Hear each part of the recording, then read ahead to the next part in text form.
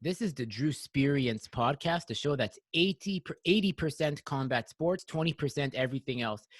I'm joined today by one of, I always say a high demand guest, but this guy was wanted in high demand again by a majority of listeners when I used to do my other show, Beyond the Fight.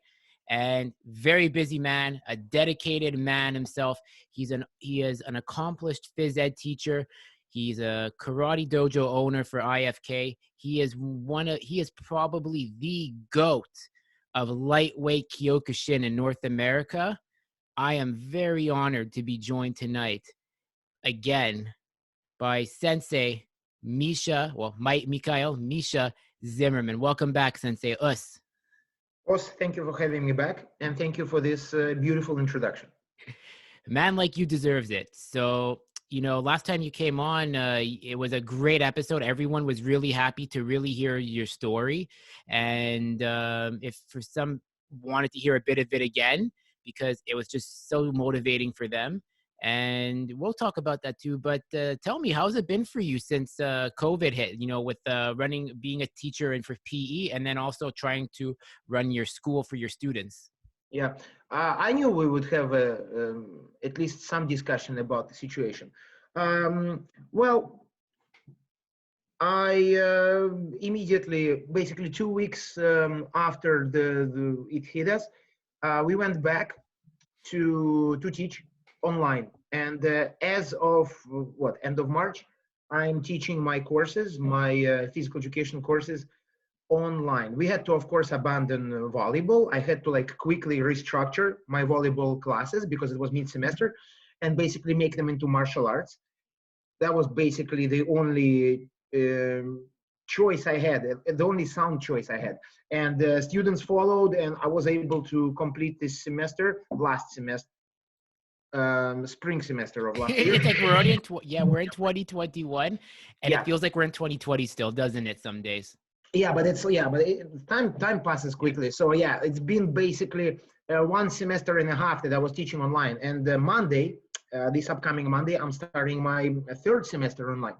I didn't believe it was possible to actually, teach physical education online.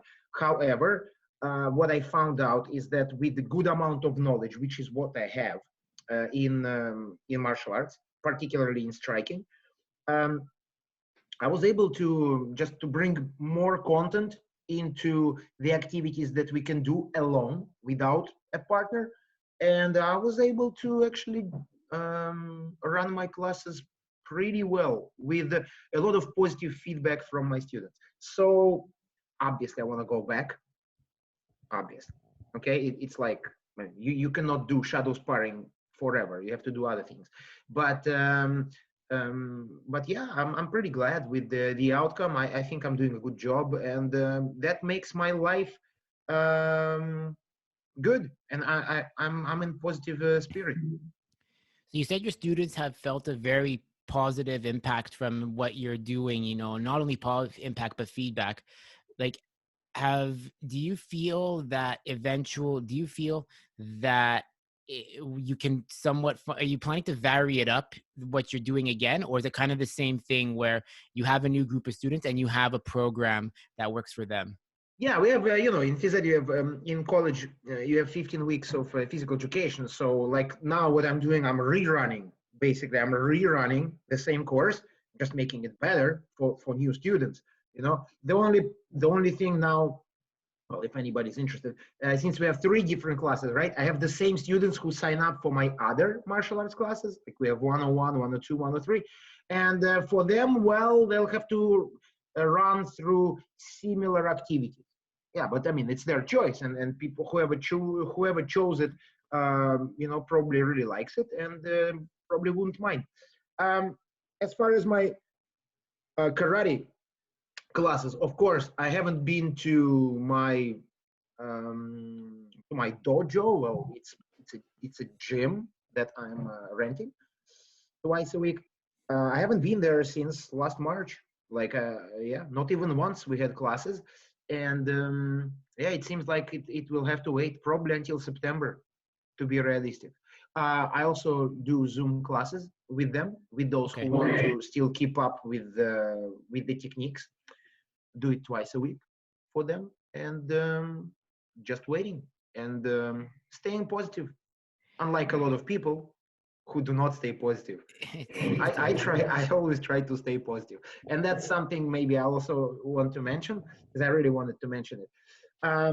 People seem to have a pretty short fuse. Okay, I think when it comes to their way of life, in terms of like, oh, like they want to be able to do that and this all the time. I'm like all for some kind of measures that can slow the COVID spread. I'm pro-vaccine. I am pro-science, and I don't want to listen to people on Facebook who think that they know what they're talking about, because most of them don't know. They like all the conspiracy theorists and all of that stuff. Like I cannot listen to them.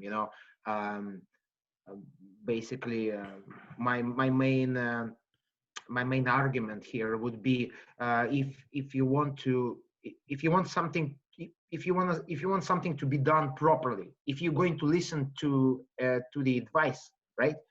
You're going to listen for a professional advice. Like if you would want to know something about Kyokushin and some stuff, you would probably come to me and Justin Mancini and some other people, right? But you wouldn't go to some dude from Facebook who says, "Oh yeah, like I had two street fights and I think I figured it out, and I'm gonna tell you how to do Kyokushin." You know what I mean? So it's the same thing. Like with COVID, I prefer to listen to science, to science and to scientists, to people, to virusologists, right? Who know what they're talking about, and maybe they're not 100% right, but they will probably be right more often than Facebook people who have their ideas but really are not experts in that field. You know what I mean?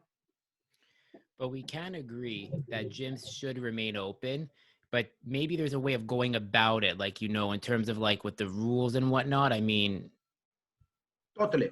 I totally agree. But you see, here's the thing. Like, again, I'm not a politician, and I'm all for constitution, human rights, and basically, like, yeah, being free under circumstances. Something has to give, in my opinion. So my point of view is that I'm concentrating on myself. Okay, I'm trying to stay positive. Okay, I'm trying to enjoy my life the way I can. I continue my work. I have an income. I'm able still to keep in touch with people. I'm able to socialize. Okay, within reason, and just wait for it to progress towards better outcome. it's definitely been a challenging period, that we can say the least. And, but instead of focusing on COVID here, because, people are going to listen to this and they're going to say, is this a COVID podcast or is this a martial arts podcast? So let's change it up a bit. I totally agree. Yeah. It's been, but you know what?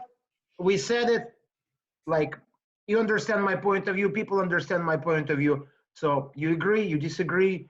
Hey, it's your choice. It's a free country, supposedly, right? So yeah, we can move on. Exactly. So the last time you came on my show, you were talking about your upbringing in Russia, and you even scolded me a bit too, because you're like, you said, and your I'm not gonna mimic your accent because that's like mocking you, and I don't want to do that, But I'll never forget it. You said, because I used to come up with the joke. I said, look, I'm Jewish, and when you think of Jewish people, you think of the stereotypes of accountants, lawyers, or doctors, and you're like, I don't think so. And you brought up very good points. You really schooled me here. So my mom, who's going to listen to this, because I told her, I said, I have a Jewish sensei coming on, and she's really excited. She's Russian too. Her family's is of Russian descent. And I'm going to hear from her, why did you say that stereotype? You think it's funny? So she's going to take your side, but she's going to understand that, but you brought up a good point though, because not many people know this, but in history, in Jewish history, a lot of the early boxers were Jewish, famous Jewish boxers. And, there's one called, I believe, Max, I think maybe you know him. Do you remember hearing about one? He was Benny Levin. That's it.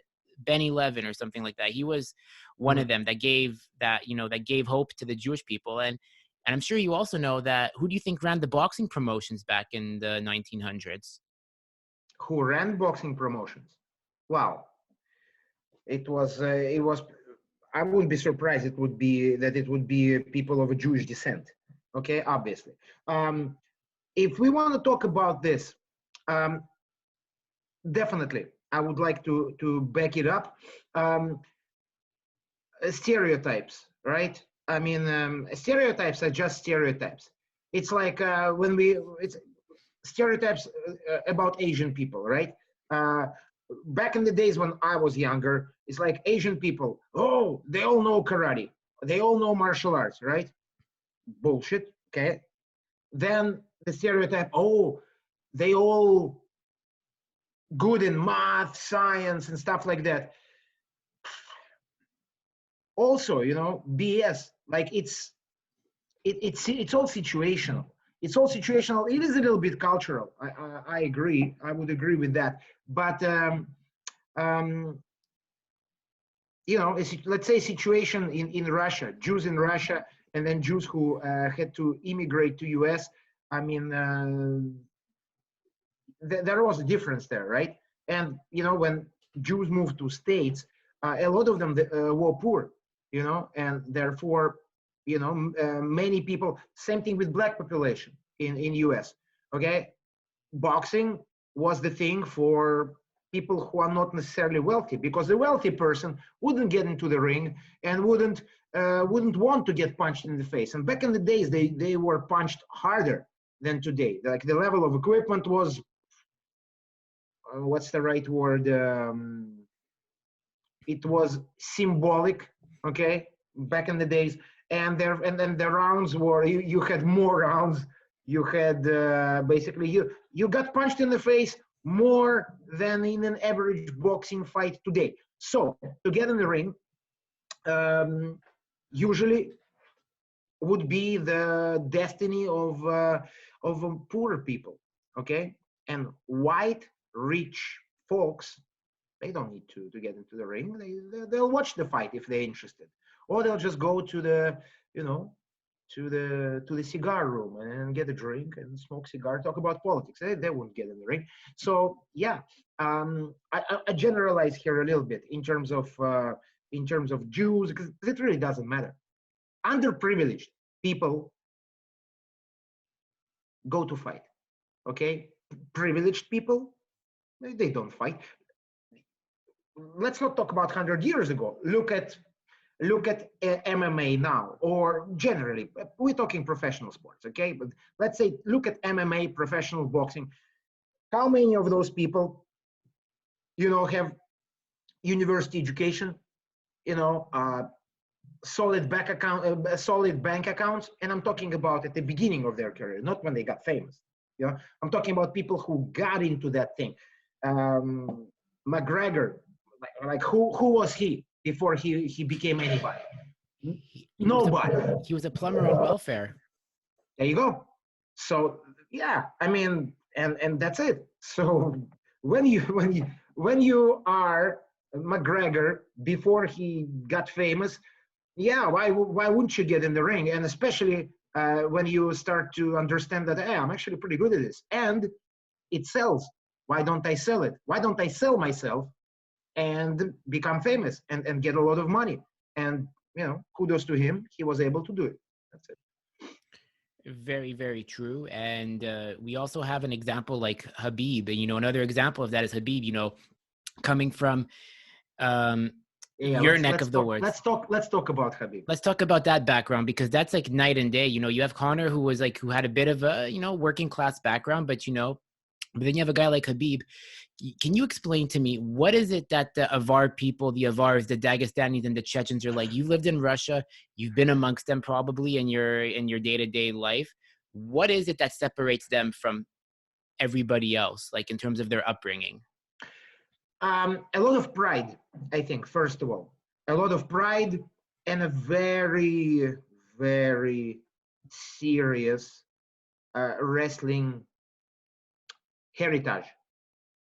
Yeah, heritage, because they all start with wrestling, and in MMA, it's pretty important to be a good wrestler.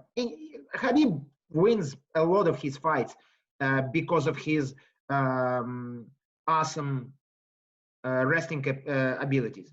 And if we want to speak about Caucasus in general, Dagestan, Kabardino-Balkaria, Chechnya, it's like they have a very strong national pride, and for them, I can compare them to Japanese, like to Japanese Kyokushin, in terms of, for them, losing is not an option. Like for them, often losing, it's the end of the world. Like it's the end of their game. Like Japanese, you'll see, you see when Japanese used to lose, and they probably still do that, they would cry. They would actually cry, like, oh, like I lost the fight. I mean, yeah, it's sad, but you don't have to beat yourself too much about it. But yeah, that's the thing. And the same thing with Dagestani people. They are there to win at all costs, and they train like animals. I mean, there was a nice documentary I watched one day. I don't know if you watched it. It's a nice documentary about MMA in Dagestan. So I strongly recommend it. It's about 1 hour. You probably can find it easily on YouTube. If you just put like Dagestan MMA documentary, it will probably come up. It's about 1 hour long, and it shows you like those clandestine, those like underground, quasi underground clubs where they train, and how serious it is, and how it's do or die. How, especially now with the popularity of Dagestani MMA fighters, how people from around the world are starting to like, oh wow, like this is becoming a mecca of MMA. In a way, it's true. And you have like people from abroad who are there and who train there, and they don't just get accepted because they're from abroad. You actually, they in order to train in that particular club in the documentary, you had to go through selection. Like you fight, and there was this guy, he didn't get accepted. He wasn't bad, and I was like, wow. And they didn't accept him. They're like, nah, like mediocre. And they take the roughest, the hardest, the meanest guys to to have like basically the best of the best type of a club, and that's how people train there. That's their lifestyle. Sorry. Oh, sure. Before we continue, yeah, and the fun part about this documentary as well is that they discuss the controversy of MMA, right, and Islam, because in Dagestan, okay, most people are Muslim, and it goes against a Muslim way of life, and actually Muslim doctrines, to actually hit someone in the face. To hit another man in the face is considered taboo. You don't hit someone in the face. So this movie explores like, well, how do they go about it? Because technically you don't hit someone in the face. That's why wrestling is acceptable.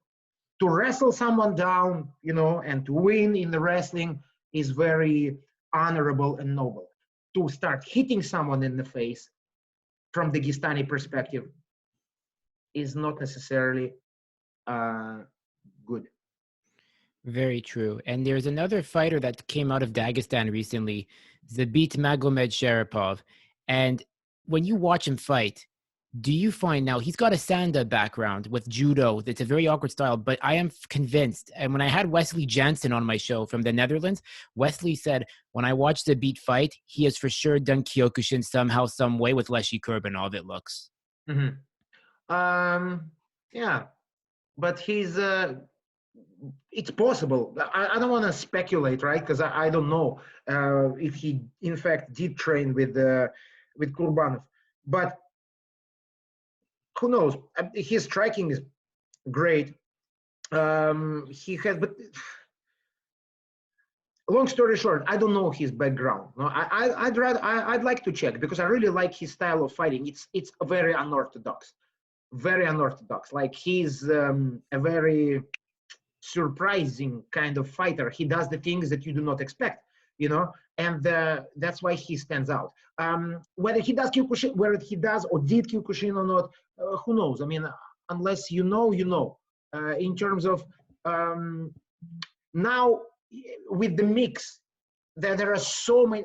To be honest with you, there are so many people in MMA who somehow are connected to Kyokushin. Like their striking coach would have a background in Kyokushin, right? So they also have background in Kyokushin. Like they might not wear a dogi, okay, but they are training with someone who teaches them how to kick, who did Kyokushin and Thai boxing. So and they would say like, oh yeah, like yeah, he used to do Thai boxing, but maybe their coaches started with Kyokushin, and like half of the things he's showing him or whatever is Kyokushin stuff. Long story short, I think most efficient striking, grappling doctrines, right? Styles kind of mixed together in MMA, and Kyokushin is definitely there. So whether Zabit has Kyokushin background, I wouldn't be surprised. In fact, I would be surprised if he doesn't. Okay? Because it's so big down there. And now you've also grown. Now you were born and raised in Russia. So what was it like to grow up during the 70s and the 80s? Because you were born in a very interesting period. You were born in what year? 1977, right? Six. Okay, so 3 years before the year kind of of what we before Afghanistan. What was it like growing up when Andropov was the premier? Because I took Russian history, and Andropov was a very interesting premier. He was one that was like waiting to get his due after Brezhnev, but there was a famous joke going on that every time a premier got into power, they would eventually drop dead until Gorbachev came in. Who knows? I don't know. With Russia, like we can see these days, anything's possible. But you want to talk about like you asking in terms of the politics, or you asking in terms of like living in that environment? Yep. Living and training in karate in that environment. Okay. So I lived during. Well, I was born during Brezhnev's era. Okay, and then Brezhnev died. I remember I was at school and we were all watching his funeral on TV. Okay, so like we stopped all our classes, and I was like in grade two, grade three, something like that. Okay, and yeah, after this there was Andropov, right? Then there was Chernenko. Chernenko was an old guy who also died, but he probably died simply because he was a very old and sick man. Like I don't even know why they put him there. Well, I probably know they put him there like in the meantime so they can figure out, who is next. And this guy is like he's his corpse, like he's a living corpse. So who cares? He's not going to do anything. So they probably elected him in the meantime to make sure that then everyone understands who is next. I don't want to get too much into it because it's not very important to me. No. What's important is if you're asking about the lifestyle, karate, martial arts, and stuff like that. Well, don't forget that martial arts well, particularly karate, okay, was illegal, okay, illegal in Soviet Union until 85, if I'm not mistaken. There was even one case. Many people don't know about it. They had one case when they put a guy in jail for running a karate dojo, just for that. One case. Okay, only one person was convicted under that accusation. Okay, with that accusation. Um, but then then martial arts started to pick up because they became legal. So it wasn't only like sambo or judo that was allowed, because before that was on the only fighting sports would be sambo, judo, boxing. Am I missing anything? Wrestling, okay, Greco-Roman, free wrestling. But then martial arts started to pick up. Huge interest of people in Russia and Soviet Union overall. Why? Now starting to think of it, I think one of the biggest reasons is that the lifestyle. If we're talking about the lifestyle, as far as I remember myself growing up in Russia, I always had to defend myself. I mean, there always would be somebody who would offend you, try to push you around, call you names for no particular reason when I was a kid. Okay, so I think, when if I think about myself back in the days, I was a pretty kind person, you know, like uh, nature nurture type of a thing. When I remember, I was a nice guy. I was a nice kid when I was 3, 4 years old. But then when I think back, I remember something started to change. And what started, I'm not trying to say I became a mean bastard, right? But what I'm trying to say is that once I started to go into kindergarten, 5, 6 years old, that's when it started. First, second year of my school, I think I started to realize that the world is not such a happy place with friends all over the place. Actually, yeah, I remember I used to fight. I didn't know how. I was paranoid about being hit in the face in terms of, I mean, nobody likes to get hit in the face, obviously, you know.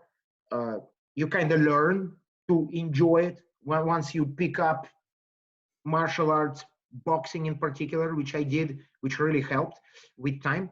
um, so yeah, like I used to pretty much be forced to defend myself all the time, you know. And like, yeah, you don't want to be a pushover. Like, I mean, you have two choices, right? Either you swim or you drown. So there were people who became uh, abused, like basically beaten, you know, quiet, bullied. Bullying was a huge thing. Okay, and you either, in my opinion, often what happened, you either become a bully or a bully. Okay, I chose to be a bully in some situations. I'd rather, you know, bully people than to let others to bully me.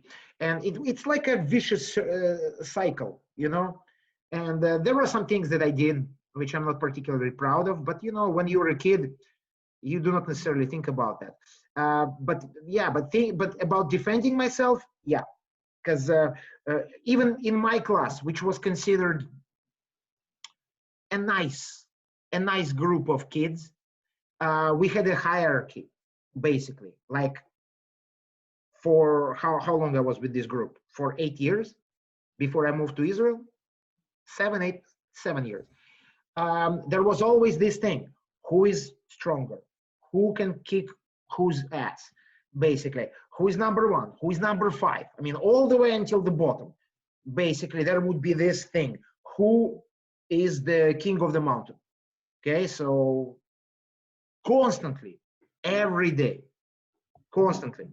And I mean, the best way to do it is, of course, to pick up, to pick up some martial arts, or box. My problem was that my parents hated the idea of me going into fighting domain. They wanted me to become a musician. They wanted me to, to be nice boy who doesn't have his nose broken, concussions, slurred speech after a while because of concussions. And I understand that, and I respect that opinion. However, I was in that background, and it really nurtured that desire to always be able to punch someone in the face,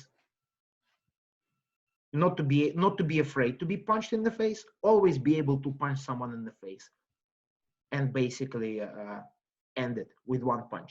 That was always my desire, to be able to defend myself in order to be who I want to be. You understand where I'm coming from? Now, in terms of martial arts, in about 85, 86, 87, like we got exposed to a lot of movies, just like in the West. Only I think it happened a little bit later with Russia. So now we started to watch those movies, Enter the Dragon, right? Bruce Lee particularly. Okay, so like kung fu, like early karate movies. All of a sudden, like, oh, huge. Okay, huge. Everyone was like, wow, like this is what you do if you want to defend yourself. Like this is a killer sport. This is amazing. Um, which makes me think that I wasn't the only one who was in the same shoes. Like many of us lived in that environment. So many of us wanted to be able to defend ourselves. Many of us didn't want to be pushovers.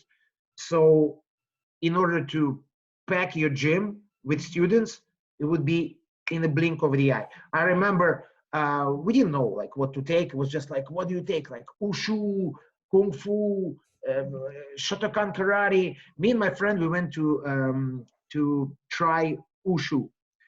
So Wushu, well, in Russia they said Wushu. So we went there. We were in the basement of my high school. That's where he ran it. 100 people, literally 100 people, first class, 100 people, and we're doing like a lot of gymnastic stuff, like yoga stuff.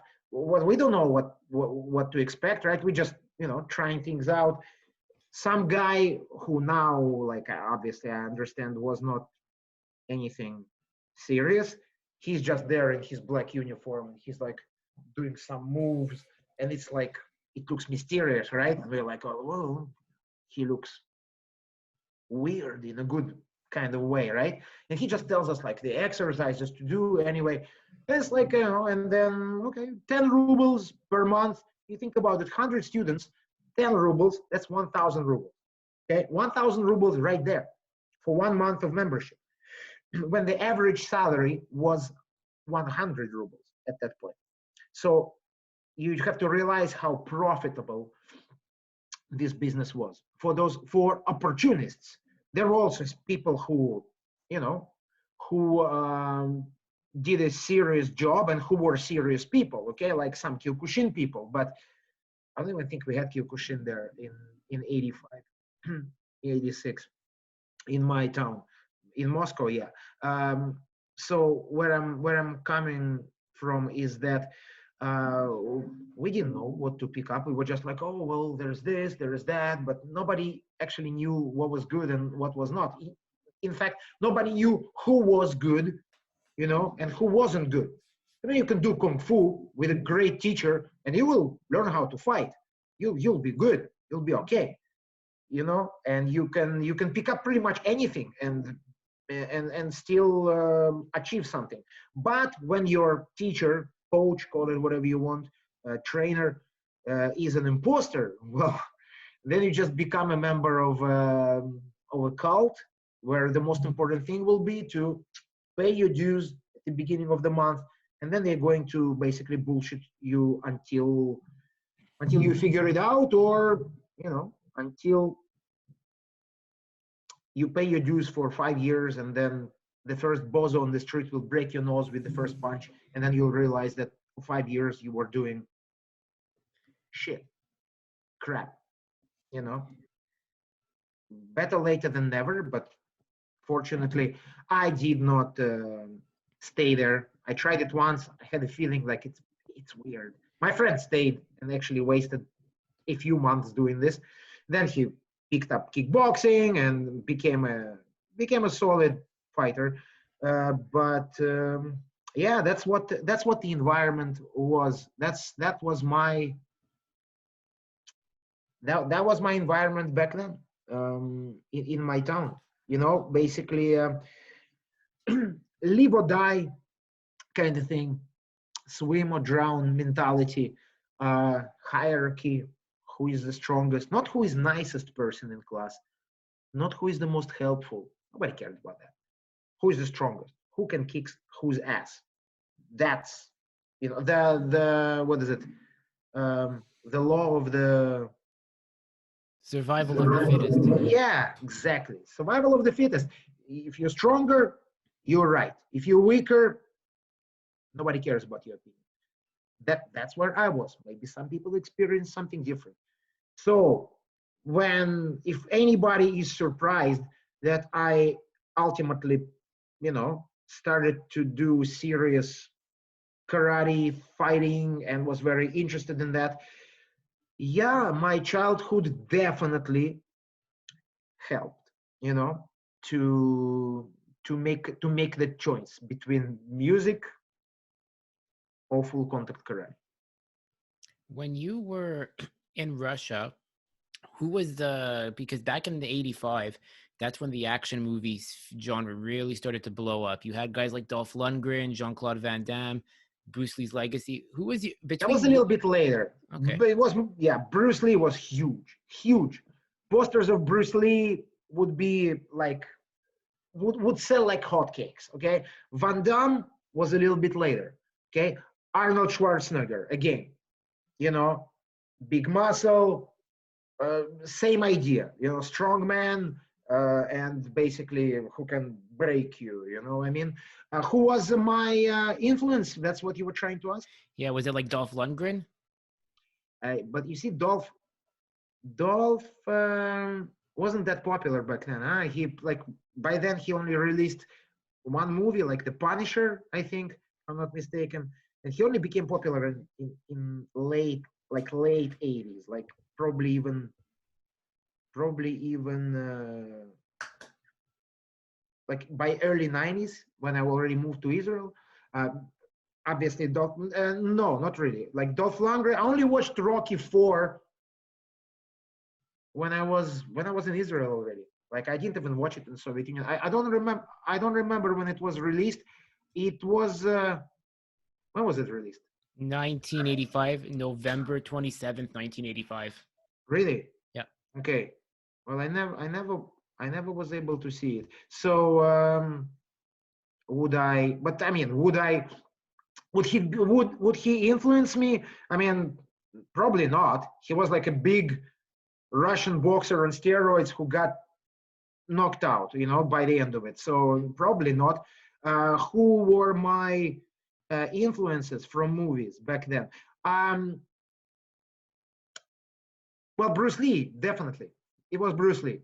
But Bruce Lee was everyone's hero back then. I'm telling you, like everyone loved Bruce Lee. He had this mystique about him, right? And we all bought into it. Then when I moved to Israel and I watched Van Damme movies, then Van Damme was my big influence. Like, yeah, totally. I would But say Van Damme was a huge thing. Plus the movies were great in terms of the action, in terms of the technique, like the things you saw in Van Damme movies. It was choreographed very well. Back then, we thought realistically. It looked like real fight. You'd be like, whoa, and MMA wasn't even close to being formed. So for us, it was like MMA, but the actually no holds barred, like no rules fighting in the movie. I was like, wow. I would watch blood. I probably watched Bloodsport 100 times. Probably like I would rerun it all the time, or just like move rewind it, like watch that move and this move. That was Van Damme's movies. I remember them like by heart. Bloodsport, Kickboxer, right? Then it was Lionheart. Lionheart. Also, probably watched it 50 times as well. Um, Cyborg. Do you know Cyborg? Uh, It's not the movie that is particularly I found was popular, but I watched it in Russia. That was probably the first movie I watched with Van Damme was Cyborg. Yeah, I I recommend just to to at least to get to know that movie. Was one of his first movies. So yeah, Van Damme, hands down, Van Damme would be my influence um, in um, in martial arts and in my karate adventure. so you went to Israel for a bit, but then you came to Montreal. So you've had a bit of a stopover, like you're Mr. Worldwide basically, because you even went to Australia at one point. But let's focus on Montreal, because Montreal was where you met your teacher. He's now a Shian Gaetan Sauvé. And what was that like? That encounter when you met him? What was he? How did you and him click so well? Um, yeah, that's an interesting story. Um, I was already, I was a blue belt. Okay, I received my blue belt in Russia. Uh, just to review this very quickly, I picked up Kyokushin in Australia when I was in Australia for 1 year. Then I moved back to Russia, and then I found a dojo in my hometown, and I continued to do Kyokushin. And I passed my blue belt a few days before leaving Russia for the second time. And eventually I ended up in Canada. And right away, I started looking at yellow pages, karate, oh, Kyokushin. And I found one dojo, um, and I was going to that dojo. I took a bus, and I was going to check it out. And I kind of got lost around that area. So I think I asked someone like, "Is there like a karate gym around here?" They're like, "Yeah, there is like one over there." So I go to that corner, and it's like, "Yeah, karate," and it's Kyokushin. I'm like, "Okay, well, I must be the one." The funny thing, it was not the one. The dojo I was going to was actually an IKO dojo, Matsuya affiliated. Yeah, that's where I was going. But I ended up by accident in Getan's dojo. Yeah, if I would end up in whichever, I don't even know which dojo it was, but it was an IKO Matsuya affiliated dojo for sure. That's where I was going. If I would be able to get there, I would probably pick up my Kyokushin over there, and my story would probably be somewhat different, and my experiences would probably be somewhat different. But I ended up with Getan. So I walk in, and then um, I started training, and immediately he was like, "Oh, you're from Russia," and he was very interested in my background. And I think what he liked about me immediately is that he saw that I took this very seriously. Okay, I took this very seriously, training, and when I was there, I was giving my 100% every single time. You can ask him, and he will tell you the same thing. I would be surprised if he doesn't. So, because I was there and I would be sweating and I would not back down from challenges, and I would. That's one of my strongest qualities. Like when I decide to do something, I do it all the way. If it doesn't work, too bad. At least I gave it all, and I have no regrets. You know, I that's my life motto. And with Getan, what I liked about Gitan, he was also very serious about it. He was very passionate. Like you could see this guy is not doing it just to collect memberships. He was there, and he would he would be so passionate about what he was explaining. Plus, he had his own experiences. He was a very good fighter. In fact, he won the Rochester tournament back in '84 5, if I'm not mistaken. You should ask him. Like, I mean, he was a known fighter in Quebec. Like, he was rough. Like, he would go there and he would, like, his whole life, he is still trying, you know, to grow and to figure out this fighter's mentality. I mean, I don't know if you know, but he's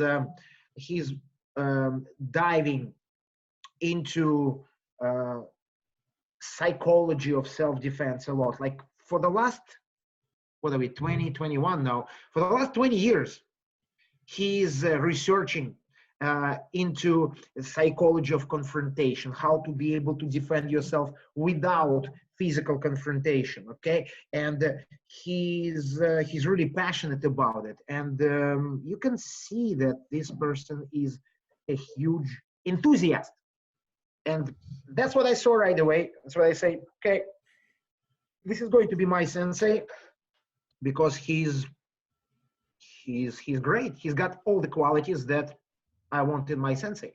He's also a very good person too, because whenever I talk to him, he's a Shihan, but he removes the Shihan side of like saying I'm up here and you're down here. He'll take the time to talk to you. He's always very, you know, you really got lucky with a good teacher too, I have to say, because when he started hearing about like what I was doing, he's very encouraging. He's going to come on the show soon too, by the way, so I can't confirm that. And he's just such a genuine good human being, like just to He's talk to very him. humble. He was always very humble. You know, I remember talking to him. It would always be like you're talking to a almost like a friend, like an older brother kind of thing. Like he was my mentor for sure. I picked up a lot of good things from him. In fact, he used to live. How me and him we had a special bond because um, I took things so seriously, and I really wanted to listen to him, to what he had to say. So I remember, like, after our classes, people would, like, you know, they would dress up, they take a shower, dress up, leave, and I would be like still talking to him. And sometimes when um, we would talk like for an hour and a half, and I would be like, oh wow, like, well, like at 11, get down. Well, once he gets into this, it's hard to stop him. Like, he talks, but I didn't mind. I wouldn't be like, oh well, I think it's enough. No, we would be like talking, and it's like, whoa, look at the time, it's 11 p.m. Like, yeah, like I gotta go. I'm like, yeah, I gotta hit the bus. So then I would basically go downstairs, take my bus, and go home. But also at one point he used to live. Um, he used to live on the way to my house. My house was on the way to his place. So Where did you live though? I lived near Marché Central back then. Okay. Yeah. So I would take a bus, take a metro, take another bus. I didn't care. Like, honestly, if I had to, back then I was such a fanatic, and there's no really another word for it, because that's what people are called when they are so passionate about something. They are fanatics. So was I a fanatic of Kyokushin? Definitely. Okay. So if I had to take a bus, a metro, another bus, another metro, and another bus, I would do it. If I had to take a plane to get to my class, I would do it. You know, if I would be able to afford it. That's how passionate I was. Well, with Gitan, often he would, like when we were in that situation where my house was on his way to his place, he would give me a ride home, and that would happen very often. Yeah, like we would sit, and on during the ride we would talk, and I have to say I picked up a lot from Gitan. Um, like a lot of his philosophies. I wouldn't say necessarily that I followed, you know, all of his ideas and his philosophies. No, but did it actually help me? Did this experience with him help shape me the person I am right now, no doubt, yes. Okay, so he was very influential in my formation as a fighter and as a person. And I'm very glad actually that he was my sensei. Um, yeah, a huge respect to this man. Um, he's very special in a good sense of the way to me. He's very, very well respected because he's even refed my coach Mohammed Chick's fights. And even Mo has said he's one of the best refs I've ever had. He's like, he's very fair. He doesn't, he's going to let the fighters fight, and he knows who's really doing good and who is behind. And he just has this knack. Like, he has like this sixth sense to know how a kumite should be fought. And his points of views are very well respected. And he's also a successful businessman too. Like, there's one thing I want to say, because, you know, when people do karate, it's a passion, but you have to have like a business mindset too. Like with what you're doing with your phys ed, like how you parlayed your karate into being a phys ed teacher, and then you got to own your own gym. And how is it that you think that, do you think Gaetan's business mindset kind of helped you like do what you do by becoming a teacher and then opening up your own gym eventually?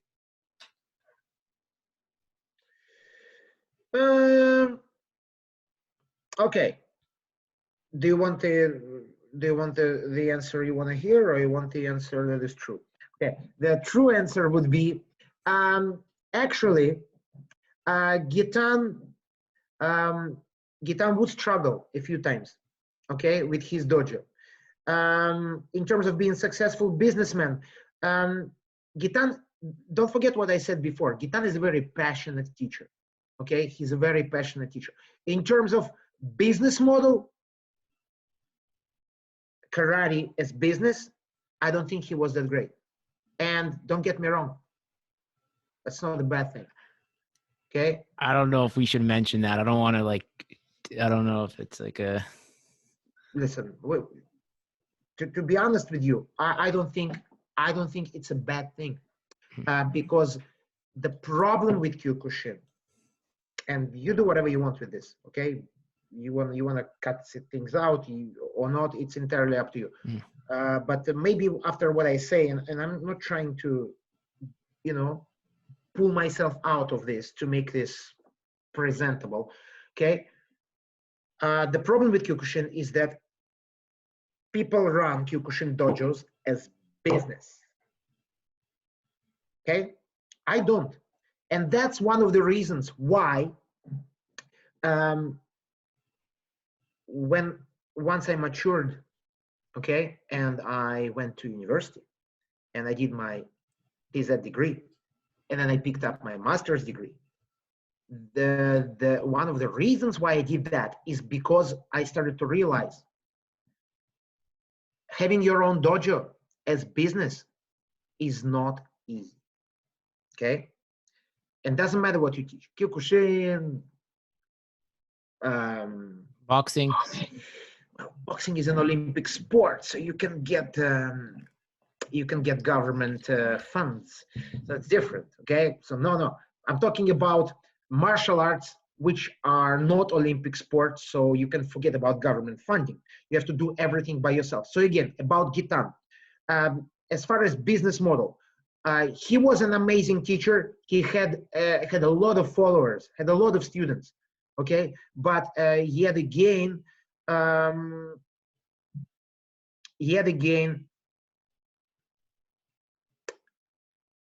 I think he had too much on his hands at one point. And let me explain.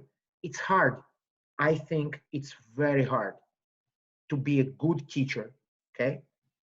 And to be a good businessman at the same time, all by yourself, okay? And I think with Gaetan, his main priority was to be a good teacher. And he really tried always to teach his classes to the best of his abilities, you know?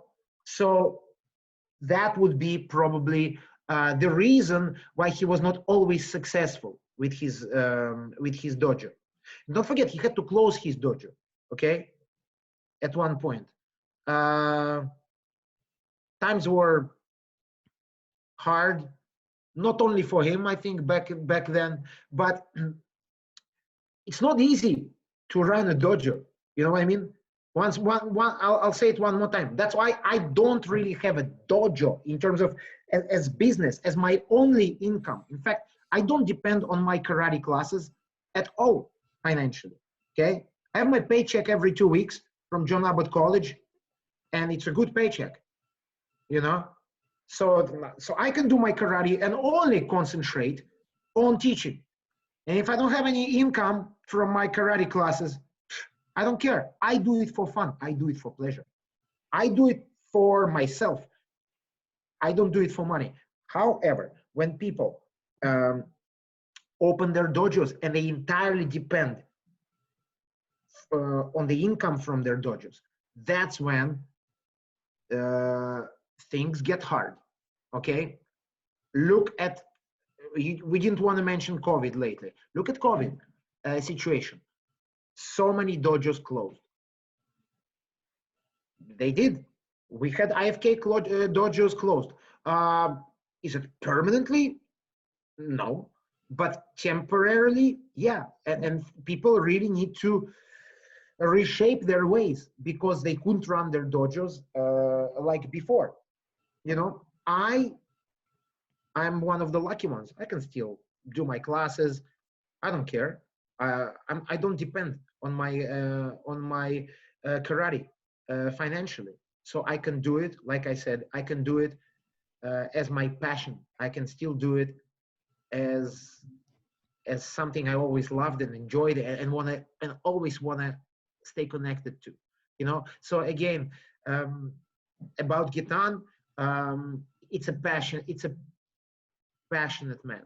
Okay, it's a passionate man, and for me, Gitan is a little bit like you know, those painters which would draw something and try to do something amazing, and then they wouldn't care necessarily of how much money they make out of it. I mean, look at famous artists who would die in poverty, and then people would discover it's like, oh wow, this guy was actually great, or a girl, but mostly guys back in the days. So okay, that guy was actually great. Like, you know, he was an amazing artist. You know, why was he so poor? You know, well, yeah, it's because these people did it out of passion. They didn't just do a quick thing and to get paid. They'd rather do something they enjoy and something that nobody likes, but they like, and that was important for them. To continue with this, if you don't mind. So it's a very serious question. Okay, running your dojo and being able to support yourself financially. Okay, so very hard to balance it out, I find. Okay, and I think the only way it's possible to do it extremely efficiently is when you're running it not individually but in a group, like Alexei does. Okay, I just actually had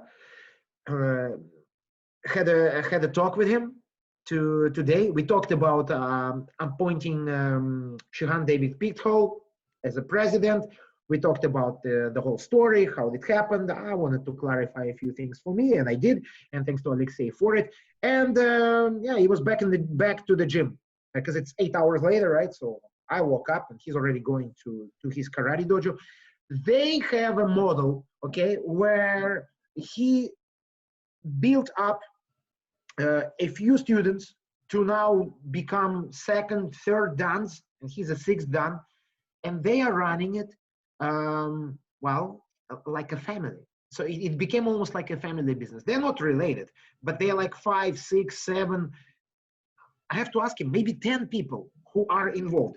Okay, Alexei is doing one thing, and he's not even there. He's always he just came from Yekaterinburg yesterday, from a winter school.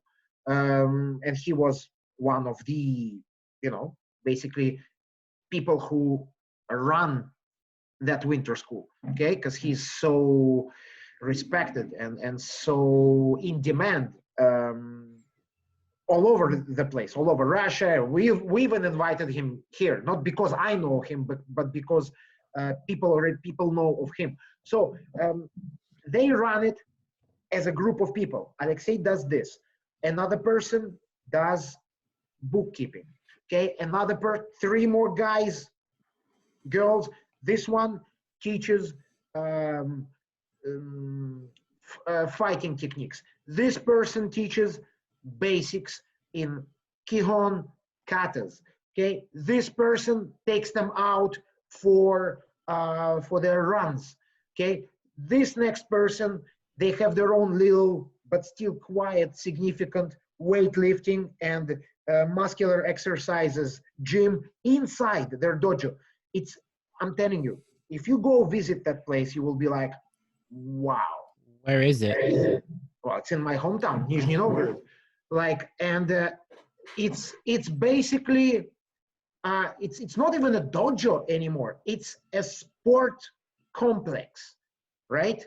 It's their own Kyokushin sport complex.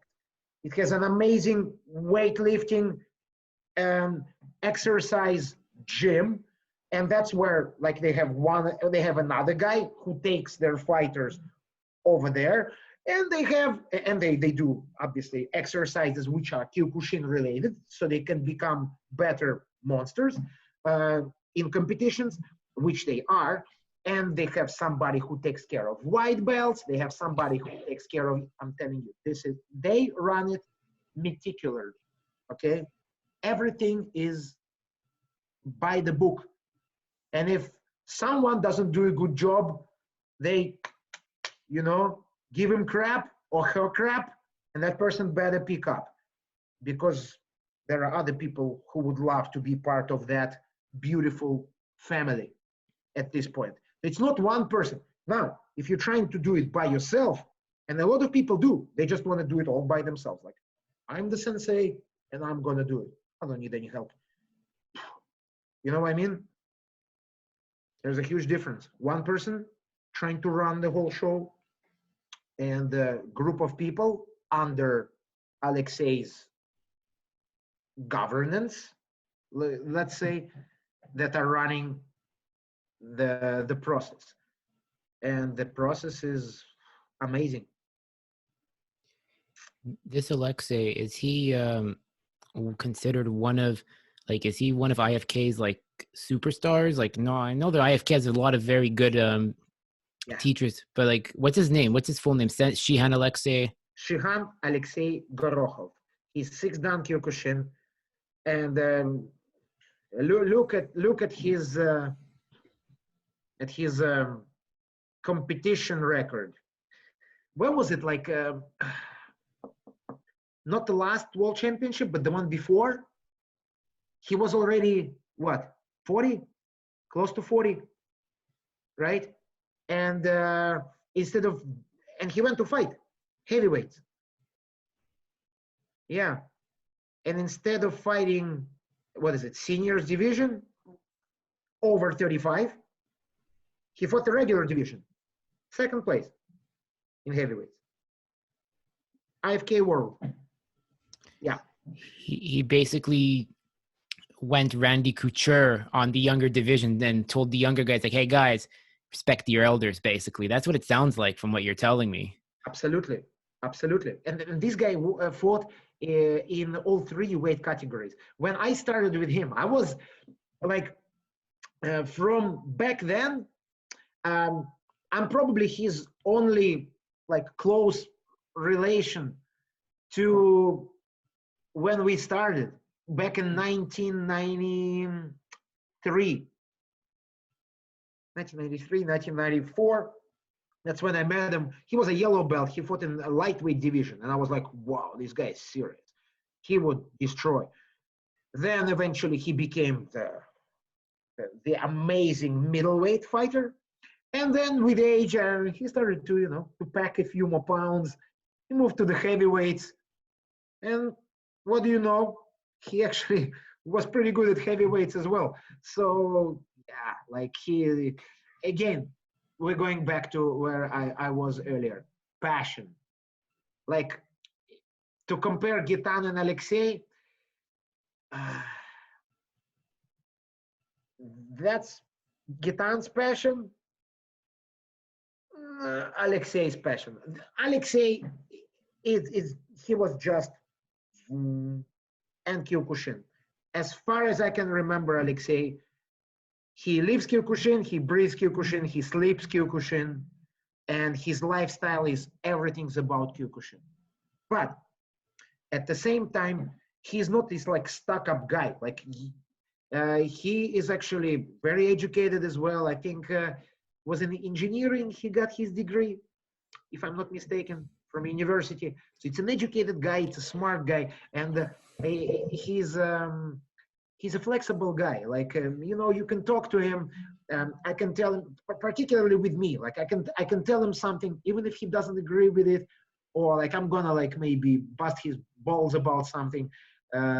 He would be like, like he would look at the perspective from my point of view, and he would give me a hard time about it. Amazing person. To be honest with you, if you ask Steve, Sensei Steve Fugarasi, he told me he was like, wow, like this was the best uh, in terms of in terms of amount of information we got 1 year and a half ago during Alexei's visit to Toronto. So Steve said, like, wow, like this was just amazing. Like this was the best seminar, not like other people don't know what they're talking about, right? Like we had Darren Stringer, which was also very amazing, right? But with Alexei, like, I mean, there's just like so much weight about this guy because of all these years of constant, serious dedication and constantly refining how he trains, how he fights, refining how he teaches, how he runs his dojo. Okay, like for me, when I think about a successful, all-around successful Kyokushin person, Alexei is probably the man, and I'm particularly happy and honored to have him as my very close friend. It's pretty cool when you have a badass like that in your corner. And let me ask you this. Where does your bandana come from? Because every time I spoke to Justin Mancini or Mo, I get the same question. Ask him about the bandana. Every time you used to come out to fight, you used to put like this, like, you had a ritual. You put like this bandana, not a bandana, but some headband over you. Was that something that you? I had the red bandana. Yeah. Yeah. I had the, well, I had long hair, right? Back in the days. Like, I'm a metalhead and I'm proud. At one point, my hair started to be longer and longer. And like I would tie it into a ponytail, but bandana would hold it better. So yeah, I had several of them, and the last one I had, which was banged up, it was used before me, and I mostly was wearing that one. It was Alexei's bandana. Yeah. So going from Gitan to Alexei, thinking about it now, these are probably these are the two people that that definitely helped me shape as a fighter. Okay. And when you were including the bandana, and like not just bandana, we exchanged training shorts. In fact, the ones I'm sitting in. Yeah. Yeah, these are Alexei's. That's when I was at the World Championship back in 2002, a second World Championship in Spain. I had like a Muay Thai shorts when I would train before the tournament when I was in Spain. So we met up And he's like, oh, wow, you have cool tie shorts. I'm like, and you have cool Kyokushin shorts with the logo on it. He's like, yeah, like we're making those. We just take like counterfeit um, Adidas shorts that you buy at a local market from, Tajikistani guys, basically, who like, like um, Uzbekistan, Tajikistan, like this is like a Russian China. Like they'll make everything. Like you give them to make Adidas, they'll make Adidas. You give them to make Puma, they'll make Puma. They don't care. So it's like, yeah, we get that stuff, and we have somebody who's really good at embroidering, and yeah, like we make like stuff, and I was like, wow, these are my shorts. He's like, yeah, and I'm like, you want to swap? He's like, yeah, I like your shorts. I'm like, cool, I like yours. So we swapped, and it's been 18 years. I have those shorts, and hey, they're still alive. So yeah, Alexei, I strongly recommend anybody. I'm telling you, anybody. I'm going to give him a little bit of a promotion. Anybody in your organization, Kyokushin organization, federation, you want to learn a few good tricks. You want to see the methodology of this guy, because he doesn't keep secrets. He's not one of those that comes to a seminar and it's like, okay, like let's do a ski, chudan-ski, and like like some Japanese people do.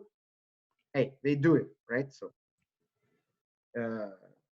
I'm gonna say it the way it is, or like they're gonna make you do Tekyoku Sonaichi for 5 hours. Like, oh man, yeah, Tekyoku Sonaichi is great, but Alexei will show up and he will actually show you his peace of mind. He will show you what's inside his head. He will show you, okay, this is how I do it. This is the biology of my movements. Here it is. It's a long time. It's a long process, but this is, he will break it down to you, and he will break it down, put it back together, break it down, put it back together. Steve said like, wow, that's impressive. And yeah, yeah, close ties, amazing person. And yeah, helped me shape my Kyokushin mentality, if that would be the right terminology here. Kind of like how when I met Mohammed, because when I met Mohammed, I had a very bad, I wouldn't say bad habits, but he looked at my last fight I had, and when I fought one of Fogarazzi's guys, and he was like, I think I can work with you. And since then I've been with Mo. Like, I mean, I eventually left my school in 2019, and I've been independent ever since with him. But you know what? It's like, I'm happier because I'm seeing more minds. It's because you meet more minds, you open your mind up, and you see how rich the community is. And it's really nice, like, that I'm part of something. Like, I have like people like you, Justin, Mo, Russo, like I can name so many others, man. It's just crazy. Fogarazzi, Scott, Wesley, Darren, who's like, it's just, we have a really rich community, Sensei. And here's a question I want to ask you. Then, like, it was on my list, so when you were getting ready for fights, what goes on in your mind? Like, what, like, do you have do you like just silence everything out, or like what's going on? Like, how do you break down when you're going to fight your opponent? Like, what is it? Because you had a way, like, Shian Gaitan told me, he's like, when you were in tournaments, he's like, I'm paraphrasing here, he said, Michael Zimerman is playing chess. His opponents are playing checkers. And he left it at that. So what makes you so ahead of the game? Like, how is it that you break down your opponents? Okay. Interesting you mentioned that. And I have something to say about it, definitely. So only not long ago, only a few months ago, I watched Mike Tyson's one of his interviews or something, from back in the days, and he would say it's like he would basically say exactly the same thing that he was doing during his fights that I was doing. I didn't pick it up from Mike Tyson.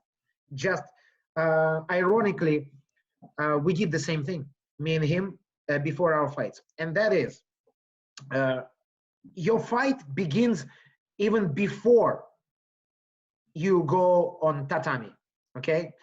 But on tatami, your fight begins before they say hajime, okay? Do you understand what I'm talking about? Okay. Well, I'm going to elaborate on that. So first of all, my big thing, Arnold Schwarzenegger was also doing similar stuff. What is it? What's it? Pump the Iron, the movie? Pumping Yeah, iron. Pumping Iron. Yeah. So remember, if you watched it, he would come up to what was his name? Like the big guy, his opponent in glasses, the shy big guy, fair. Ferrigno? Yeah, that was him, right? In the same weight division. Yeah, and he would start bashing him, like, "Oh, look at you! You, this is nothing. This weight is nothing. Oh, your biceps doesn't look very impressive.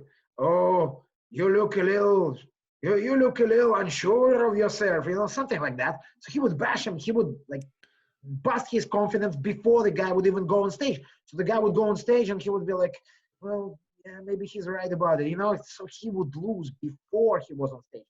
Mike Tyson. So now more about when you face your opponent. When you face your opponent before the fight, that's when the fight begins. So Mike Tyson would actually look in their eyes, and he would look in their eyes and try to catch their eyes, right? And once he caught their eyes, he would be looking at them until they do this, right? They do this, and they look at it, but and they know that they faltered at this point, right? They know that they showed intimidation, and then Mike Tyson would say, and then you would see them, they would pretend like nothing happened, or would just like try to get their confidence back. But he would say like, but I would look at them, kind of showing them, I know what just happened. You just showed your weakness. You already lost. Like, and he would keep looking in their eyes. The difference between me and him would be, I would do the same thing. I would immediately as I step onto the ring, well, and actually I fought 2 fights in the ring, the Kyokushin fights. So yeah, as soon as I step on tatami or into the ring, immediately as I walk closer to the line, before hajime, before we do, shomen nirei, sushin nirei, tagai nirei, I would be looking them directly in the eyes, and I would be looking at a sign of weakness, a sign of um, being unsure of themselves. I would be looking for that, a momentary eyes off me, eyes down. But the difference between them, what was different with me, as soon as they did that, I saw that they would immediately like put their eyes back on me. It's like, but my eyes would go down to their chest at this point, and that's it. And looking at their chest, I would still see their expression, right? And I would see them like kind of like trying to find my eyes, like, oh, come on, like give me another chance. I would be merciless at this point. I would look at their chest, and it was shown on my face that it's over, the fight is over. I would like look at judges before they say hajime, kind of like, guys, did you see what happened? Like in my head would be like, guys, did you see what happened? He just lost. There is no need for hajime. It's over. And 10 out of 10 times, it was over. 10 out of 10. Okay. Every time that something like that happened, I would pick them apart. Okay. It could be in 30 seconds. It could be in 20 seconds. It could be in a second. It would be in the first extension. But I would take them apart piece by piece. If that happened, if that didn't happen, and I would look at them and they would just stare back at me. Happened with Russian fighters, okay, at World Championships. That would happen here a few times. The person would just stare back at you. And then I would be like, sometimes I would take my eyes away. I would be like, okay, yeah, that doesn't work. It's going to be It's gonna be what's the right word?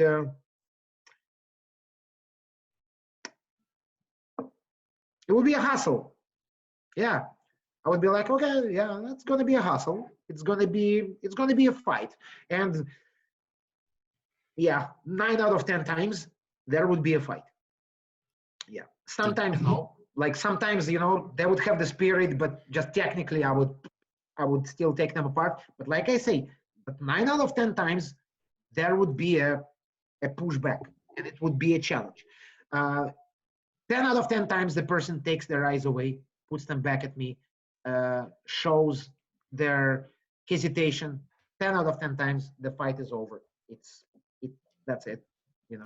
did you ever So have it? Did you ever have any wars like with like it was like Marvin Hagler versus Tommy Hearns where you guys just went at it like junkyard dogs, like where because you say hassle, so I want to bring it back to that. Like, what was one of the biggest hassles you had where one opponent played your game and it was kind of like you guys were playing, it was a dog fight, like you guys were going at it and like and you could have told the ref, don't throw the beanbag, this is gonna, like, one of us is gonna leave on a stretcher most likely. a few of those. Yeah, I had a few of those. Well, don't forget, I'm not trying to brag here too much. It is what it is, right? I have around 130 fights, give or take, in full contact competitions, right? And I mean, if you think about it, it's kind of easy to get there if you have 4 fights in a tournament a night, right? So it only takes you what, 30 competitions? If you have 4 fights, in fact, per night, then you're already at 120. So in my roughly 130 fights, I had a few of those where we went all the way. And one of the memorable fights would be in 2001 when I was in Berlin. It was a IFK, European Open Championship, meaning, yeah, it's Europe, but if North America wants to come, you're welcome. So we went. So it's European Open Championship. So I go there, and my first fight, I get uh, René Stichter. Okay, René Stichter from Ashahara, Holland, Ashahara. He was very known full contact fighter.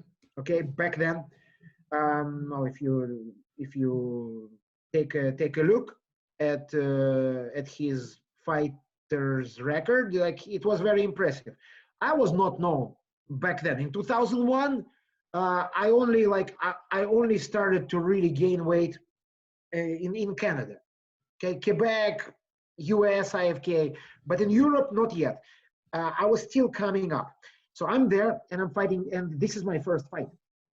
I go against them, and like, I mean, obviously for most of the people, they thought, okay, well, this is Rene Stichter, so he's somebody to look out for the finals. He he won, I think, second place in European Cup just prior to that in IFK. He was fighting Marcel Murakayev, I think, in the finals, who was one of the top fighters, lightweight fighters of Russia back then. So I go against him, and I just fight my fight. Obviously, like the whole eye thing, forget about it. Like, you cannot break this guy with your stare. Impossible. He's the breaker. I am just like starting to get to my peak, at that point. I wasn't at my peak back then. I was going there, but I was a hungry fighter, right? So I go there, first round. I wish I had a recording of that, but nobody made that record from our team. I wish at one point I can have a hold of this. So we fight first round, even. It's a draw. Like this, head to head. I think I caught him by surprise. That I was able to deliver a good fight. I was quite successful. And then I think he got frustrated because he could not finish this fight sooner. First extension, so second round, draw. So he started to get basically he started to lose his energy at that point, and so did I.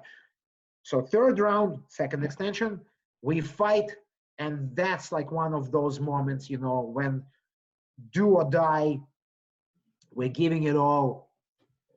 It's a 2 minute round, somewhere around 1 minute and 30 into the round, into the third round. We just like go at it, like bam, bam, bam, one in front of the other. I don't want to give one step back. He doesn't want to give one step back. I want it. He's frustrated because he still didn't get it. I'm like, I don't care. I'm happy about what's happening. Like, I know he's a serious fighter and I'm able to deliver. I'm at the top of my world. I'm at the bottom of my world in terms of energy level. We're like this, 1 minute, 30 seconds. And then at one point, we're like this, you know, quote unquote, basically. And I stop because I ran out of energy. And he stops because he ran out of energy. So we just like this, like, you know, shoulder to shoulder. He does nothing, I do nothing. Like we look at each other like this. Last 10 seconds, just like non-stop. We give it all. We're like, I'm telling you, we're like wobbling, going back to our spots. 2 flags for him, 2 flags for me. And the center judge breaks it and gives me the win. Wow. Like that was, I'm telling you, that was sick. That was sick. It must have felt very good it must have felt really good for Canada karate. I mean, I don't know, maybe it felt good for me, man. Like I felt on top of the world. And that was like, that's what you live for. That's what you fight for. For those moments when you meet your rival and you win by, what would be the right expression? By the skin of your teeth. Skin of your teeth. Yeah, that's actually a Megadeth song as well, so I should know better. Yeah, you win by the skin of your teeth. Like, I mean, you win by that much, but you still win. You know, that's so precious. Yeah, that was a very memorable moment. Yeah, this particular fight. That's it must have felt, yeah, for you it was so good because you know you basically you fought the who's who, and you know you left on top. And some people, you know, I don't want to like take words out of anyone's mouth here, but you know, another guy that came up that wanted to challenge you was Chucky Mady, and a lot of people said that's the fight we should have got. We should have got Michael Zimerman versus Chucky Mady from Ishiryu, another form of knockdown. I'm sure you've heard of that style, or you heard of Chucky. Yeah. I not only have heard of Chucky, we know each other quite well because we crossed paths in many tournaments. Yeah, I fought quite a few guys from their dojo. Okay, I fought 2 of their guys in super fights. In my last 2 years of fighting, in 2007 and 2008, that was my last year of fighting. I fought 2 of their guys. Chucky would be in their corner, helping his father to coach those fighters.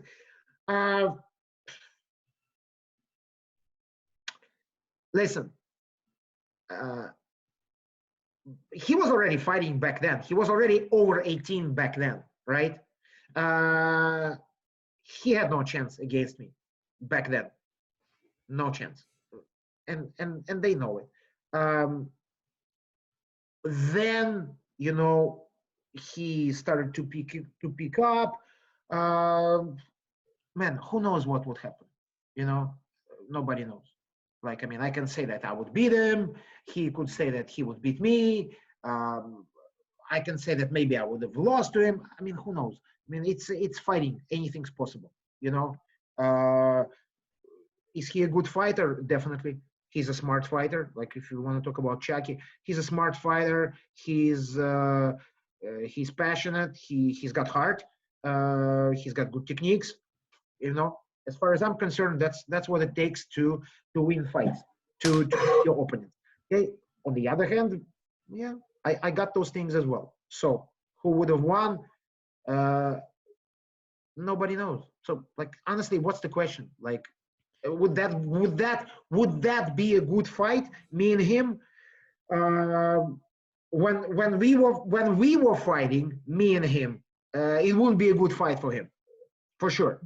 When I retired and was a few years off the circuit, and he kept fighting, probably wouldn't be a good fight for me. Like again, who knows? You know. So once again, what's the question? Who is a better fighter? How do you think that would have impacted your legacy? Because he was coming up, and he really was. When you left, that's when he really started going up the ranks. And Okay, yeah. Okay, so if that's the question, doesn't matter. It really doesn't matter. I mean, at that point, I already beat everybody I could beat in North America. I'm not trying to blow my horn here, you know. I mean, ask anybody who knows anything about that era.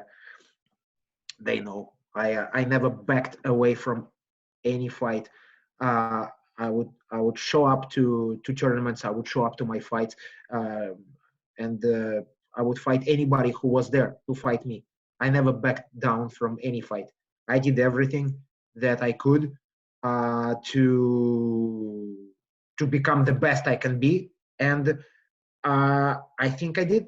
I became the best I could be, and I left. So what else is there to say?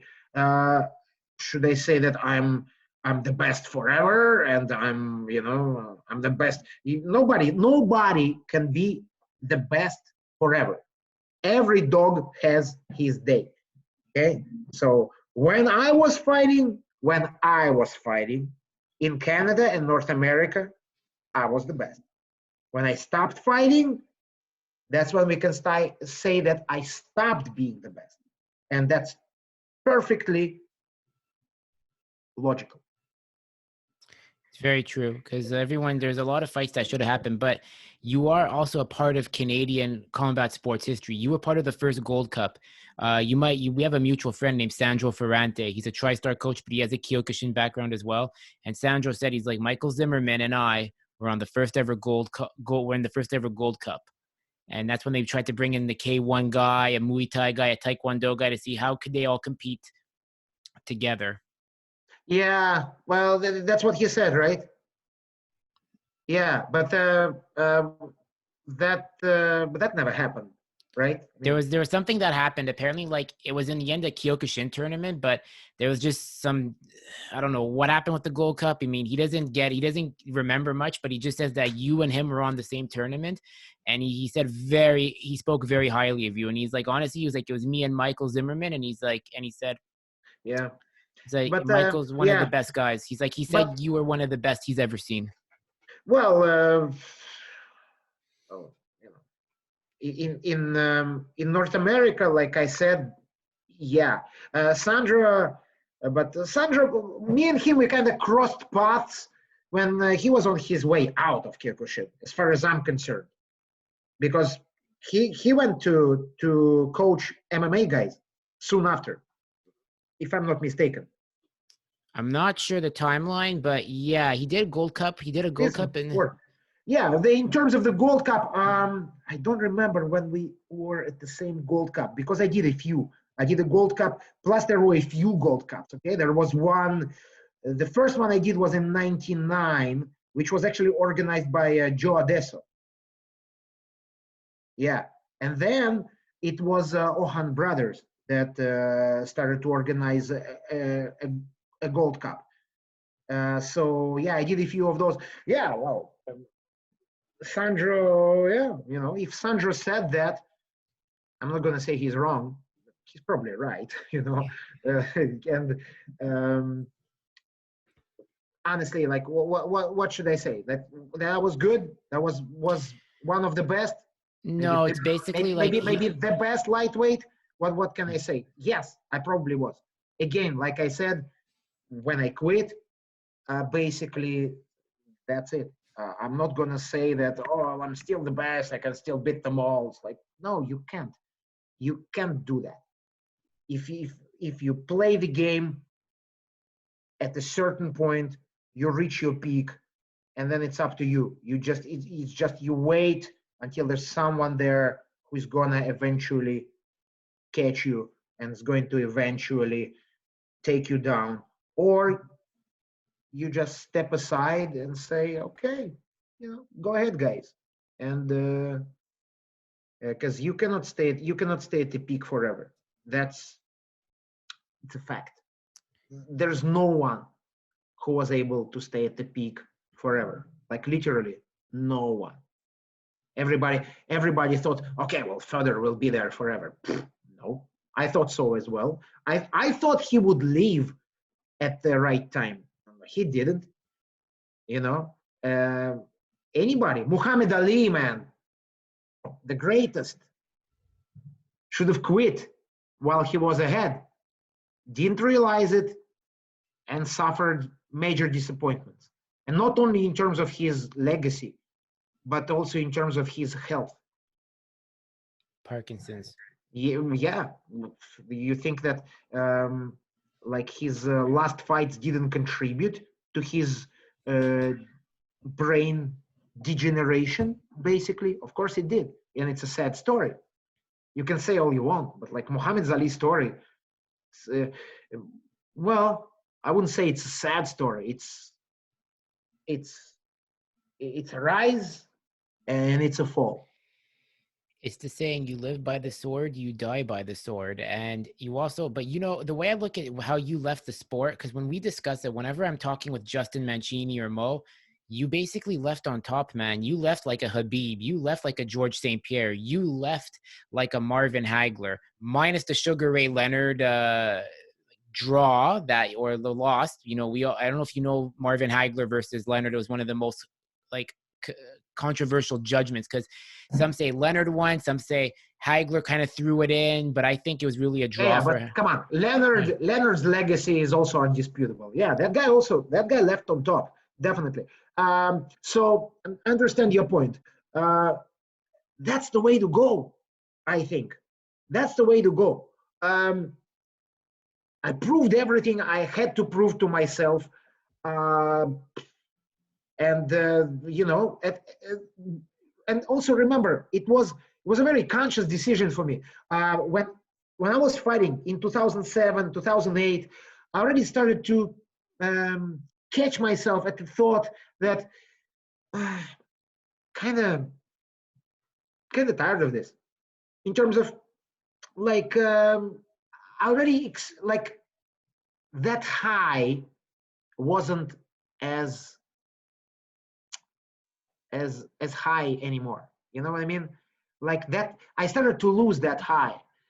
Like, I mean, kind of like it relates to drug addicts, but like my high lasted for a while. Like, I mean, and like at one point I caught myself like, yeah, I'm fighting. It's still exciting, but I'm over the mountain. I'm starting to lose that excitement, and I I honestly felt at that point that uh, that's it. Like, I'm over the mountain, and I'm not gonna go back up again. It's There's only one way, and it's down. I mean, it might go like this, or it might go like that, but it doesn't matter. It's over the hill, and it's downhill from here. And that's when I said, also at that time, I don't know if I said this before, but it also coincided with my life um, style. I was out of the university. I really wanted to get into my career, to actually become a phys ed teacher in a college, and that took a lot of my energy. And I was like, okay, yeah, well, it's time to hang the gloves, figuratively speaking, because we fight with no gloves. But yeah, it's time to hang the gloves and to move on. You cannot do this forever. So that's what I was thinking. Like, how long are you going to do this for? Like another 2-3 years? For what for? There's no reason. So call it quits, man. You know, give other people chance. There's no need to hang onto your title until until you you can't hold it no more. I can still hold it for another year. Back to Chucky. I could have still fought for another year or two, and eventually fight him whenever he would decide to fight. Because remember, I was ready to fight him when I was fighting. And eventually, I would fight Chucky. Who knows what would happen? Who cares what would happen? At that point, I was already at the stage when I was my satiety with this was completely fulfilled. I didn't want to do this no more. I was done with this, and my only conscious and smart decision would be, all right, I'm done, and great, thank you. It was a good run. I enjoyed it, and I recommend it. Be careful, but I recommend it, and thank you, and good night. That's it. Ride into the sunset. That's how I did it, and I don't regret a minute of it. But when people would ask me, "Hey, do you miss it? Like, do you want to go back?" Like, no, I don't. I go to the tournaments. I watch other people fight. I get my jolt of. I get my fix. Okay, and it's enough. And then I started to ref, and I get into the tatami, and I can feel it, I can smell it, and I get my fix without getting bruises and training like an animal for 3 months before the event. So that's my story, pretty much. I look at I look at the last 2 years. I make the parallel with John Jones. I'm not now minus John Jones's behavior outside the cage, but John Jones, he just recently went up to heavyweight and he vacated the light heavyweight. He said, there's no competition for me left. Like, look at who he fought. He fought Alexander Gustafsson again, dominated Gus. He fought Anthony Smith. Smith showed that he's just, an average contender. Thiago Santos was the one who kind of gave him a test, but then he blew both his knees out. And then Dominic Reyes, who everyone says, okay, some say, oh, Dominic Reyes beat John Jones. No, Dominic Reyes might have got lucky, but Mike, Misha, let me ask you this, okay? You might agree with me with this here. You might not. It's your opinion. When you're in a fight, you don't judge someone in a schoolyard fight. You don't judge someone based on the first 2 minutes of the fight and how they're doing. You judge someone based on how they do in the last 5 minutes. That's when they really come back and grind it out, if they have the heart. That's how I look at John Jones versus Reyes, that fight. And I look at how I kind of see a parallel between your last 2 years of fighting with John Jones's last 3 fights. He was amazing. He was at the top, but the joy was kind of like, it was decreasing, diminished returns. Okay. So if I understand you correctly, at one point, the person who is going to win the fight is the person who wants it more. Yeah, and knows how to go in and knows how to go into that darkest corner of themselves. They know how to they know what it's like to dog it out. Absolutely. I agree 100%. Okay. By the end of the night, it's going to be the person who wants it more. Okay. Considering their level of skill is relatively close. Okay. If I don't care about the sport, but my level of skill is above yours like this, I'm still going to break you apart. Okay. Just even when I'm bored, and you can have all the aspirations, and that happened too. You can have all the aspirations in the world, but if your level is significantly lower than mine, I'm still going to take it. I don't care how much heart you have, okay? But if our level of skill is close, okay, I might still be better than you, but your level of skill is close, and you want it more, and you have more, and you're hungrier than me, then it's quite possible that you will beat me in that particular instance. And that's probably also why it was a good time for me to, to call it quits, because I knew that my day was coming. It's just a matter of time, because I started to lose the taste.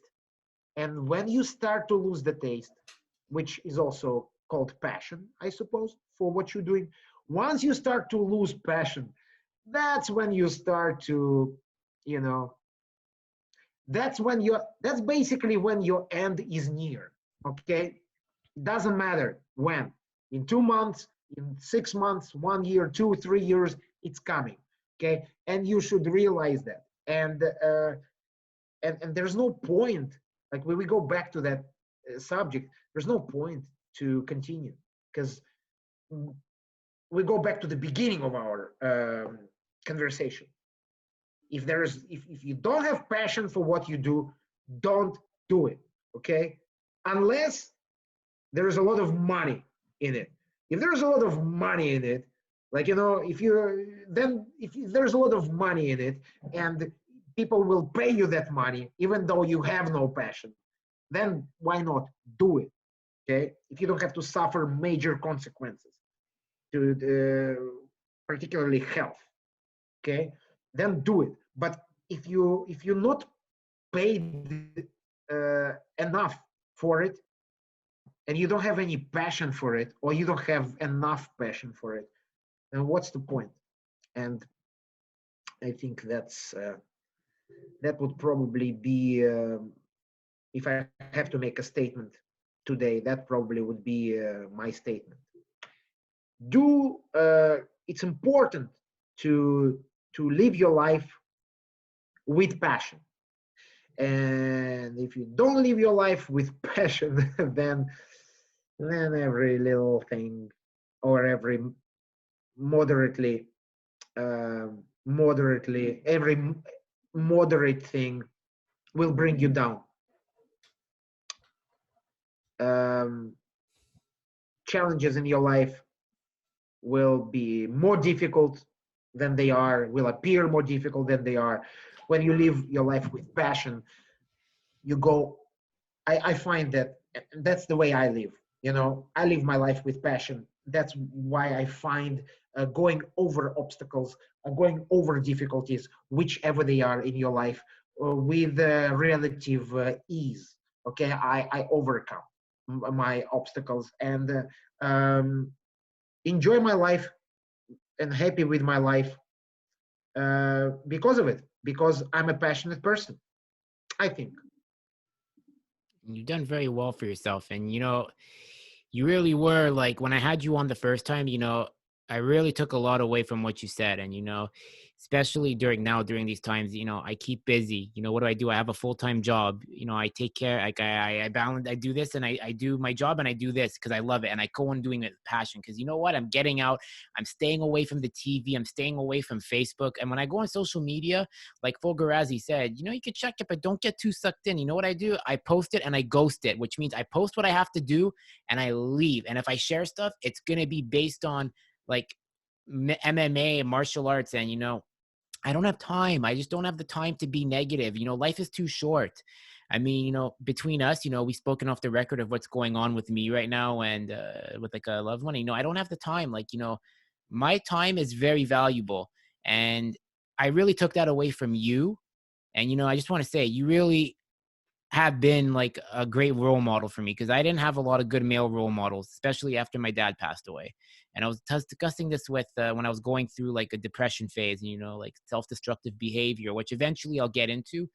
But it's because of people like you, Russo, Mo, and others like across the pond, like Fogarazzi. Like I have some role models, like some male role models I can look to be a better man. So I want to say, you're one of the reasons why like I'm a better person today. Thank you. I appreciate it, and I'm very happy if your experience with me and of what I said and did actually have positive influence in your life, and I'm happy if I can be a good role model for you. Only one thing, if I can, well, take this advice, if possible, from me. Um, don't take every advice. No. Okay? Yeah. So like even myself, I'm just a person. I have flaws like anybody else. Um, it, I'm very happy to be a positive person and a role model that people look up to. But at the same time, I also say stupid things, and I might also have opinions which might not be exactly right. Okay, so I think it's important to look at everyone with a little bit of a grain of salt, and I want also to be looked at with a critical thinking. And the things I say also, please make sure you process. And yeah, whatever I say, is not cast in stone. Therefore, take what you think is useful, throw away what you think is not very useful, and that's uh, that's my little suggestion for anybody who listens to me. Okay, I am obviously not a Bible, if you want to call it, and therefore, yeah, just take me for what I am, and hopefully, yeah, some things I say make sense. And if they don't, well, then they don't. I trust me, I really don't care about it much.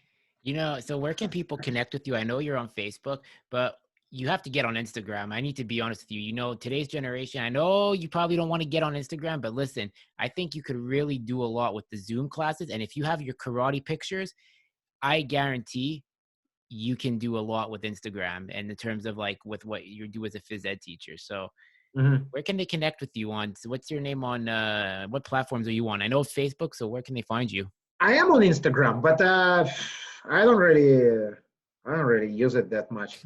To be honest with you, one of the reasons I actually, what do you call it,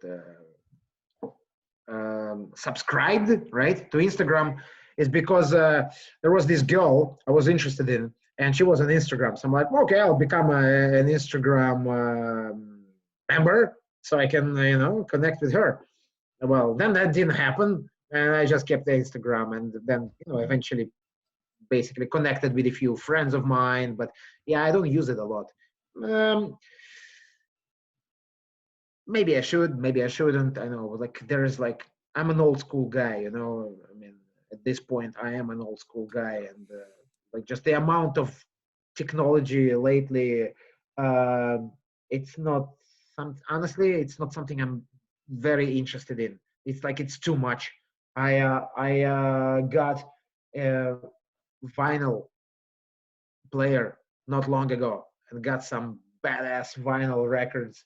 Even some Russian records from the 80s, metal records, some heavy metal records of the Western bands I love. And like this is exciting to me. In fact, after we're done, I'm going to grab a few beers and listen to some heavy metal vinyl records. That's what I'm going to do. That's my technology. When people start talking about like, all of this like virtual Instagram and like Facebook stuff. Like I already have more Facebook than honestly that I can handle. So yeah, I live in my own world, man, and you know what? I really love my world, and that's why I'm not easily, you know, easily shaken by whatever's happening out there. Like I enjoy my life, and like whatever happens now at this point happens with the situation. I'm not greatly concerned. Like I got my windows towards enjoyment, and I do it to the fullest. COVID or not, I'm good. I'm solid. Nice. So where can they connect? Where can people find you if they ever want to because I want to promote what you do, man. So where can they connect with you if they ever want to look into getting active or taking up martial arts? Yeah. yeah, for Facebook would probably be the place. Yeah, if we bring this up, yeah, maybe I should. Maybe I have an Instagram and it's under my name, so it's the same thing. And Mikhail Zimerman, and you'll find me there. Maybe I should shift away from Facebook a little bit and maybe pick up Instagram. Maybe it's a call for action. We'll see. But yeah, that would be a place that I would want to explore. Instagram. So yeah, connect to the Instagram with me, and I will maybe start to move my butt a little bit more and make it a little bit more exciting than it lately was with me and Instagram. So yeah, Instagram would probably be a good choice. That's good. Well, Thank I you. once again, thank you so much for doing this.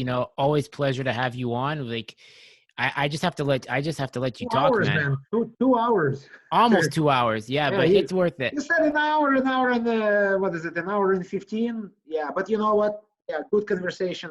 I also hope that people who would listen to it would enjoy it. That would be gratifying. Will do. It'll be up. So that's the Drew Experience, episode 12, with the legendary Misha Zimerman. Thank you. Thank you.